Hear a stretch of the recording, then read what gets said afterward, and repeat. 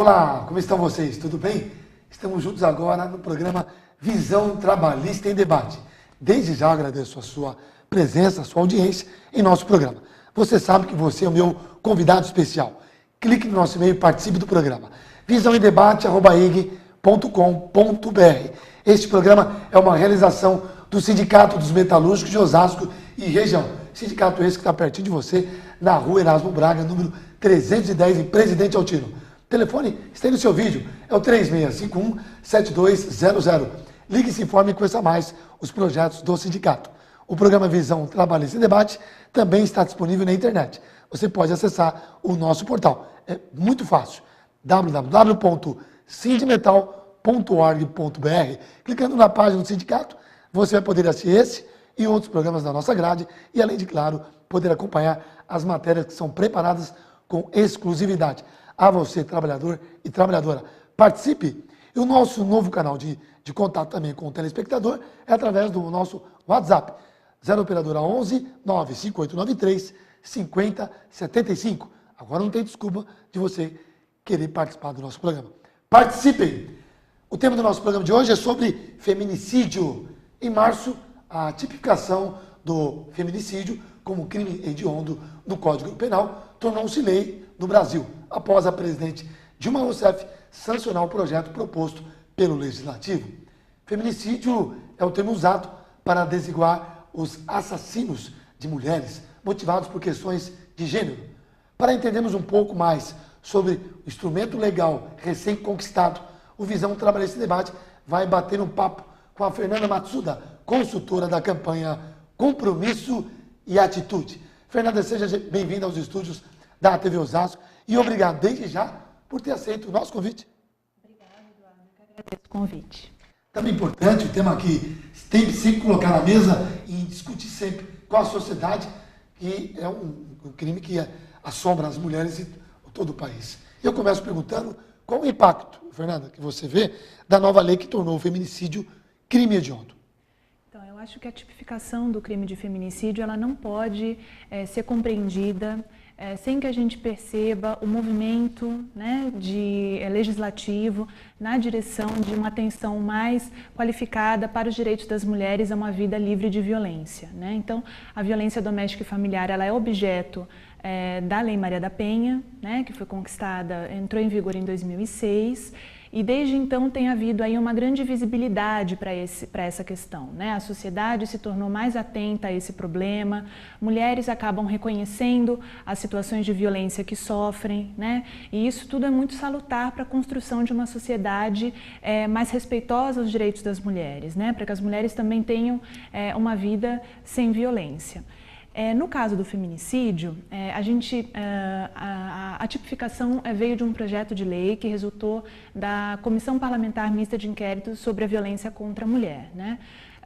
Quando a CPMI propôs esse projeto de lei, a ideia era sanar uma dificuldade que existe no sistema de justiça criminal em relação às respostas que são dadas ao crime de feminicídio. O que a gente percebe é que o crime de feminicídio muitas vezes é visto de uma forma individualizada e não como resultado de um problema estrutural que existe na nossa sociedade, que é a desigualdade de poder entre homens e mulheres, né?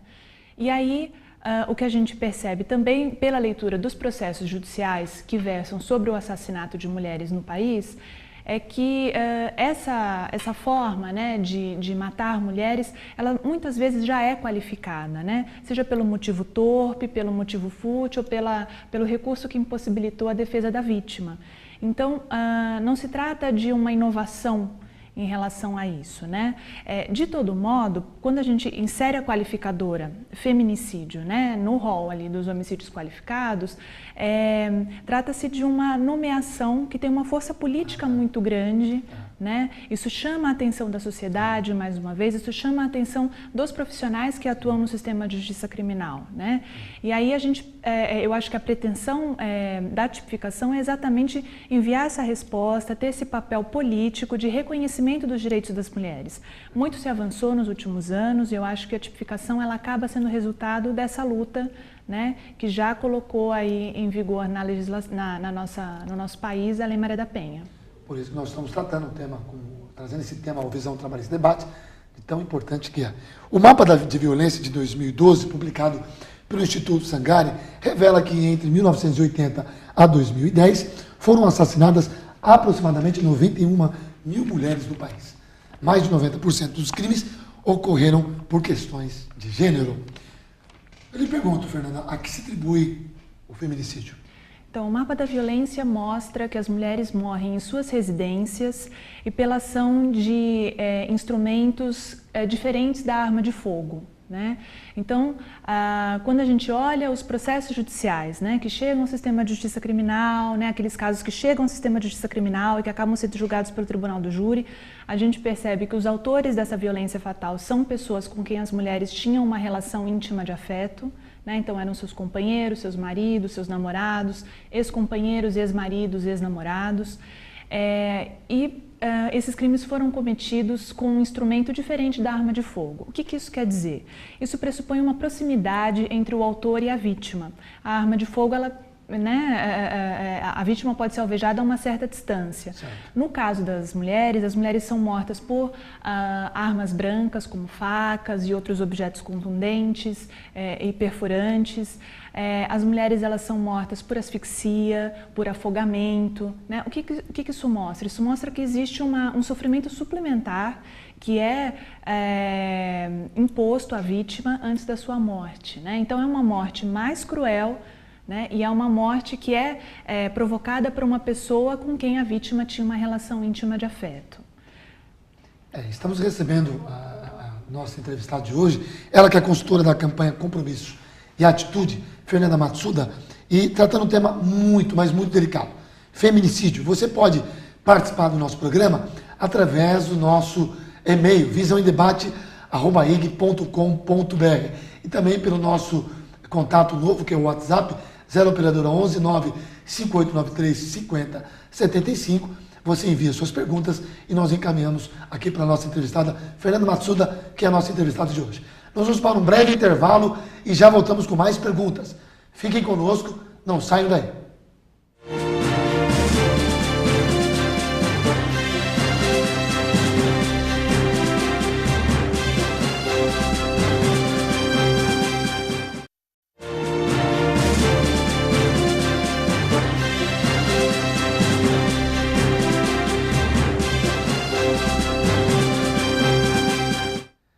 Já estamos de volta com o programa Visão Trabalhista Debate, recebendo hoje a consultora da campanha Compromisso e Atitude, Fernanda Matsuda. Fernanda, você estava falando no final do primeiro bloco, queria que você complementasse em relação ao mapa da violência de 2012, o feminicídio íntimo, queria que você explicasse aos nossos telespectadores. Então, o feminicídio íntimo é como a gente denomina esse fenômeno em que as mulheres são mortas por pessoas com quem elas tinham uma relação íntima de afeto, né? Os maridos, companheiros, namorados. E aí o que isso mostra, né? A gente percebe que existe um ciclo de violência. Não se trata de uma violência pontual, né? Se trata de uma violência que muitas vezes marca a trajetória da vida dessa mulher, que marca esse relacionamento, e ela se torna muito mais vulnerável a sofrer um golpe fatal, a morrer efetivamente, quando ela decide pôr fim a esse relacionamento, né? Isso as pesquisas de opinião mostram e a gente verifica isso empiricamente na leitura dos processos judiciais. Agora, a senhora tem dados atuais, eu estou vendo que a senhora veio munida de documentos, dados atuais sobre esse tipo de crime, Fernanda? Infelizmente, a gente tem dados muito tristes em relação a esse fenômeno. Os dados mais atuais mostram que 4.500 mulheres morrem por ano no país, o que significa que 15 mulheres morrem por dia no Brasil. Em um ano, né, 4.500 mulheres morreram. Terrível, esses dados são terríveis. E a gente percebe que existe um crescimento preocupante em relação ao homicídio de mulheres, né? Os assassinatos de mulheres crescem de uma forma mais acelerada que o dos homens. Na última década, os homicídios masculinos cresceram 8%, de mulheres 17%. Né? Isso inspira aí uma preocupação. Eu acho que também é importante a gente destacar que existem desigualdades regionais, né? Então, alguns estados do Nordeste apresentam taxas mais elevadas de homicídio de mulheres, ou feminicídios, ou assassinatos de mulheres, ao passo que alguns estados do Sudeste apresentam as taxas mais baixas do país. Agora, outros países têm leis semelhantes a essa e que consideram o feminicídio como um crime hediondo, ou só o Brasil está inovando? Então, o Brasil não está sozinho nesse movimento de legislação sobre a violência contra as mulheres. Se a gente considerar o contexto latino-americano, a gente verifica que é um problema que atinge diretamente os nossos países vizinhos, né? Então, o relatório da Small Arms Survey mostra que de 25 países do mundo que têm taxas altas ou muito altas de feminicídio, mais da metade se localiza na América Latina. Né? E desde os anos 2000 a gente vem verificando que existe um movimento de criminalização dessa violência contra as mulheres, né? Da violência doméstica e mais especificamente do feminicídio. Então, atualmente, há 15 países, incluindo o Brasil, que em 9 de março tipificou o feminicídio, que trazem em suas legislações nacionais a figura do feminicídio. Claro que cada país se encarregou de tipificar a sua maneira, né? A partir de como identificou o problema. Né? Então, a gente tem legislações mais abrangentes, menos abrangentes, mas a gente tem legislações que prevêem, inclusive, a prisão perpétua no caso de condenação do sujeito que pratica o crime de feminicídio. Agora, uma questão também que se discute bastante é a grande imprensa, Fernando, costuma abordar a questão do feminicídio como um crime comum. Isto é, geralmente ela não aborda como crime de gênero. Como a senhora avalia essa questão? Eu acho que a imprensa acaba refletindo muito do que a gente vê também no sistema de justiça criminal, né? A imprensa costuma individualizar o fenômeno. Muitas vezes trata, inclusive, como sendo um crime passional, um crime que é próprio daquela relação disfuncional, quando na realidade a luta maior é mostrar que se trata de um problema estrutural. É um problema que surge da desigualdade entre homens e mulheres, né? E muitas vezes essa desigualdade não é problematizada na cobertura que a imprensa faz. A imprensa muitas vezes faz uma descrição muito desrespeitosa até de como ocorreu o assassinato, expondo detalhes macabros sobre o cometimento do crime. Isso compromete inclusive as famílias. Há muitos casos de famílias que são atingidas, inclusive pelas fotos que saem na imprensa. Isso acaba gerando muitos traumas, principalmente nas crianças. Isso é realmente um problema. É preciso que a imprensa mude a sua postura. Sensacionalismo, né? Se trata exatamente disso, né? De sensacionalismo, de ganhar audiência. É mais preocupado com isso do que com o próprio fato, o acontecimento, enfim, a importância do tema. Exato. Agora, segundo o IPEA, a Lei Maria da Penha, a Lei 11.340, em vigor desde 2006, Fernanda, reduziu em 10% o número de casos de homicídio de mulheres dentro de casa no Brasil. O feminicídio, te pergunto, ter sido reconhecido como crime hediondo, pode diminuir ainda mais o número de homicídios? Então, eu acho que o mais importante não é nem que seja um crime hediondo, né? Porque a ênfase eu acho que não tem que ser realmente na punição. Punir não resolve o problema. Né? A gente sabe que o que tem realmente efeito sobre esse problema são as medidas de proteção, são as medidas de prevenção. Então, no caso da diminuição, né, que foi identificada aí pela pesquisa do IPEA, a gente sabe que as medidas protetivas de urgência que foram previstas pela Lei Maria da Penha são um mecanismo muito importante para que as mulheres consigam sair da situação de violência, consigam ter a sua segurança e a sua integridade física garantidas. Né? E a gente sabe também que essas medidas de proteção elas precisam ser aperfeiçoadas, precisa haver um acompanhamento mais adequado, mas elas são realmente um diferencial muito grande. E se trata de medidas que são preventivas, né? Porque não adianta a gente pensar que a vítima só vai ter a atenção do sistema de justiça criminal depois que ela veio a falecer. Né? Aí o problema já está insolúvel. Né? Então é preciso que a gente consiga prevenir essa violência. Punir não resolve. Eu sou dessa linha também. Não adianta punir, você está, acho que agravando mais o problema, você está vindo uma bola de neve. Eu acho que não é por aí também. A minha opinião, humilde opinião.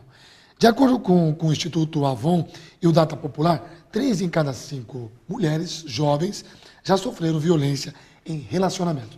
Absurdo, né? O que significa para a nossa sociedade e o que o feminicídio juvenil indica?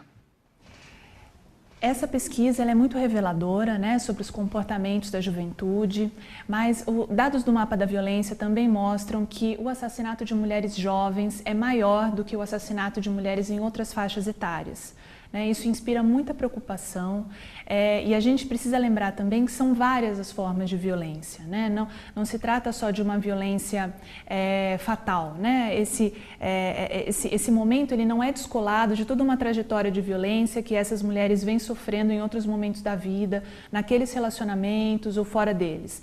Então, a gente tem que pensar realmente nesse ciclo de violência, né? E como interromper esse ciclo de violência. Então, hoje a gente sabe que a violência moral, a violência psicológica, sobretudo com a cybervingança, né? Ceifou a vida aí de muitas mulheres que resolveram, por conta do constrangimento, da incapacidade de encarar, né? Da impossibilidade, né? Da falta de apoio que elas tiveram para continuar com as suas vidas, inclusive tiraram as próprias vidas, né? Essas vítimas. Então, esse é um problema muito grave. São mulheres muito jovens e que vêm sofrendo uma violência que muitas vezes é ignorada, né? É preciso ter uma atenção específica para esse setor da população, né? E os dados do mapa da violência mostram isso com muita eloquência, né? As taxas de morte entre mulheres jovens é maior do que a taxa de morte entre mulheres de outras faixas etárias. Estou recebendo em nossos estúdios Fernanda Matsuda, consultora da campanha Compromisso e Atitude. Você é o meu convidado especial. Participe do programa visãoedebate@ig.com.br ou pelo nosso WhatsApp 0 operadora 11 9 5893 50 75. Nós vamos para um breve intervalo e já voltamos com esse assunto delicado e sério. Não mude de canal. Fique conosco, não saiam daí.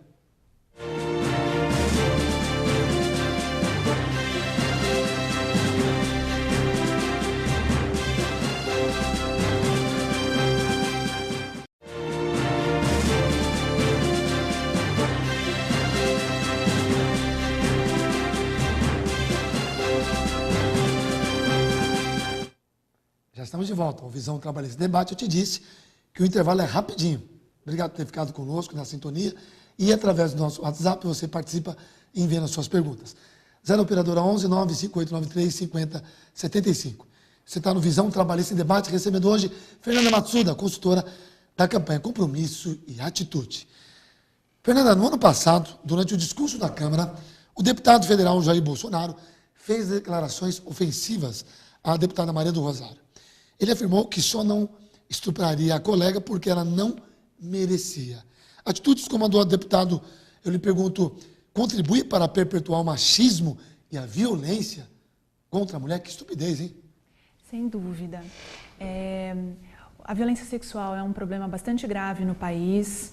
Em 2013, o Fórum Brasileiro de Segurança Pública registrou mais de 50 mil estupros no país e a gente sabe que há uma grande subnotificação desse problema, desse crime. Estima-se que mais de 500 mil mulheres sofram estupros todos os anos no país.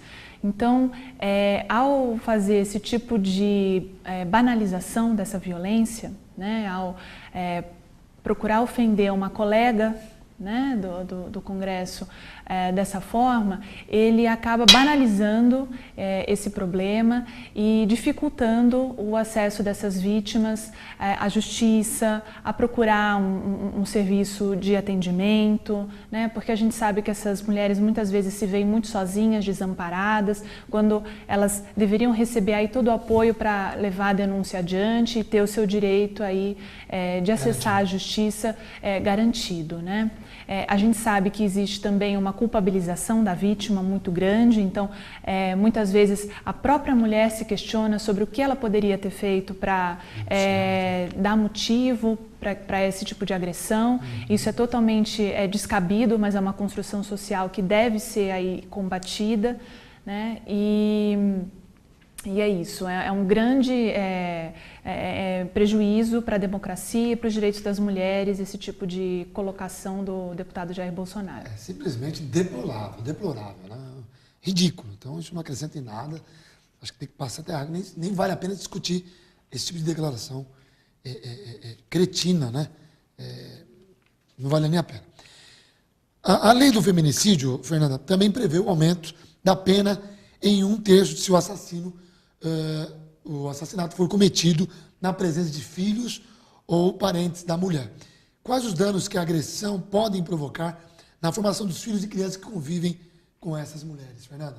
Então, essa previsão, ela tem aí uma base empírica, né? Então, dados do Ligue 180, que é o Serviço de Atendimento, né, sobre Violência contra as Mulheres, mostra que mais de 60% dos casos de violência são cometidos na presença de filhos. Né? E a gente percebe, lendo os processos judiciais, que isso é realmente muito recorrente e que, inclusive, os filhos acabam sendo vítimas da mesma violência que acaba atingindo a mulher, né, naquela situação.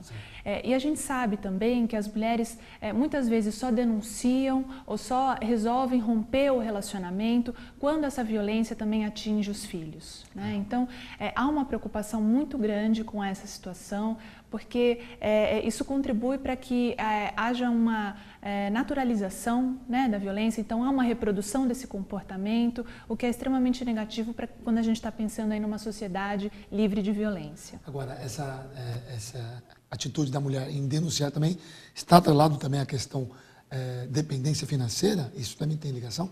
Sim. Os seus números? Sim.